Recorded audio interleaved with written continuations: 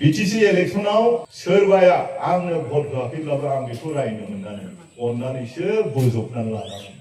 हानि लेखा रेभिनिउ आरो फरेस्ट बिनि हानि लेखाया प्रसेस जागासिनो दं। बेबो मोनबाय खोमा, बे मोनबाय दा? बे हानि लेखा सोर मोनाखै आरो मोनबावगोन। बे थांबाय मोनसे लेखा गोरों डिप्ल'मा गोनां फिसाफोरनो जोंनि समस्थियाव जों दाखालि बेसेबां होनो हाखो? 107 होबाय जों। सासेयाव 2 लाख खरि जों होबाय। बे मोनसे आसनि थांबाय। गोरिबफोरनि थाखाय 10,000 खरि न'खरसेयाव व्यक्ति सासेयाव 10,000 खरि जोङो होजेनबाय। 60 बोसोर जानाय बैसोनि मानसिफोरनो जों बेसेबां होखो? 10,000 होबाय। सेल्फ हेल्प ग्रुपनो जों बेसेबां होखो? 15,000 खरि जों होबाय। आरो जायफ्रा देहायाव नोरजिया नै बिसोरनि थाखाय जों बेसेबां होखो? बेखौबो 10,000 खरि जों होबाय। जोंनि मेइन मोननांगौआ फार्स्टआ गेरेन्टिया बेखौ पाब्लिकफोरनो 4 मासनि गेजेराव जों अलरेडि होजेनबाय। एमएलए इलेक्शननि उनाव जोंहा आरोबाव मोनसे बाजेट जागोन। बे बाजेटआ फुल मोनसे बाजेट जागोन। बेयाव गोबां रोखोमनि आसनि लागोन। आरोबाव अरुणोदय फैबावगोन जायफ्रा मोनाखै। बे अरुणोदय फरमाबो जोंनि दा सोरबा नखर फरम रानदों जानो हागौ। एमएलए फोरनाव एसे खथा थायो, खिन्थु नैबे एमएलए इलेक्शन आरो जोंनि एमएलए देरहासिगोन। होमब्ला गासैबो पावारा बीटीसी गभर्नमेन्टआवबो गभर्नमेन्ट थाखाबाय जोंनि पावार, एमएलए नि पावाराबो जोंनाव फैगोन। जोंनि गोरिब मानसिफ्रा गोबां सुख दुखनि खोथा दङ, थांनानै थानांगौनि खोथा दङ। दानि आजिखालि नोंथांखौ नोंथांनि न'आव थांनानै सोरबाया थगायहैगोनल', खिन्थु इलेक्शन जोबनायनि उनावनो सोर फैदों नों रावखौबो फात्ता मोननाय नङा। दिनै बेनिखायनो गामि हिसाबै दाखालिबो जों 1 नं खाथिबाराखौ गामि दरसेनो खनसेनो फैबाय मालाय रायलायनानै समाज हिसाबैनो फैबाय।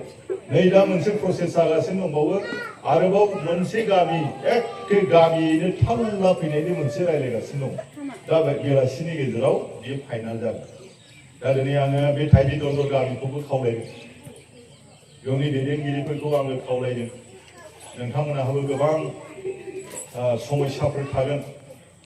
व्यक्तिगत समस्या, समाजनि समस्या, गामिनि समस्या, दै लोंनायनि समस्या, बेफोरबायदिखौ जाहाथे नैबे 5 बोसोराव बीटीसी गभर्नमेन्टजों जेरावहाय जों होनो नागिरदों, लाग्रायासो जुदि लायाब्ला, फैग्रायासो फैयाब्ला, जों जेराव दरजा खुला खालामनानै दं।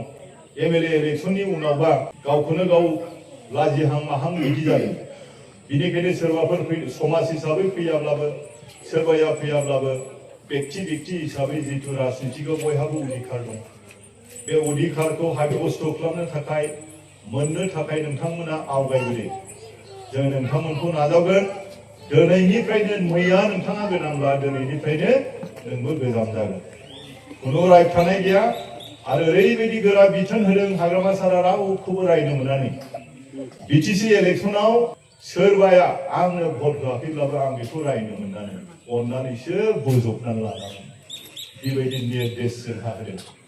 मानोना नांगौनि बारा जोंनि रायजो राजाफ्रा बीटीसीआव जोंखौ देरहाहोदों। बेनिखायनो आङो खावलायबाय। आरो देरहानाया खाथां, ओरैबायदि देरहानाया खाथांखा, बेखौ फोथायदो। आरो जों बयबो जोंहा गोबां निसिमाव मावबावनांगौ दं, गोग्लैसोनाय जायगा। बेनिखायनो बे निसिमाखौ नुखांनो थाखाय फानिराम ब्रह्म सारनो 1 नाम्बारावनो जोंना EVM मेसिनाव जागोन। नांगौनि सिना 1 नाम्बारावनो दं। बेवहाय थुनो थाखाय आं नोंथांमोनखौ खावलायगोन।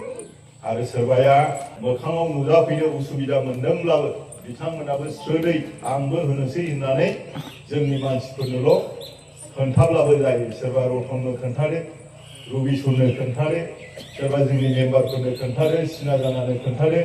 बेबायदिनो गावखौहाय जाहाथे बै अनसुंथाइफोर जिखौहाय जोङो मोनबा गेरेन्टियाव होनो नागिरदों।